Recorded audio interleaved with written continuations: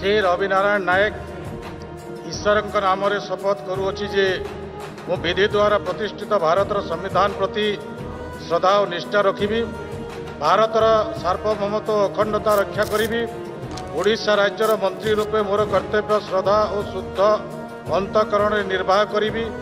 एवं बिना भय बा पक्षपात बिना अनुराग बा देश रे सबु प्रकार लोकों प्रति संविधान और विधि अनुसार न्याय करी श्री रविनारायण नायक ईश्वर नाम शपथ करुँची जे जो विषय राज्यर मंत्री रूपे मोर विचार कोणाजीव बा मते ज्ञात हेब ताहाकु एपरी मंत्री रूपे मोर कर्तव्यर समुचित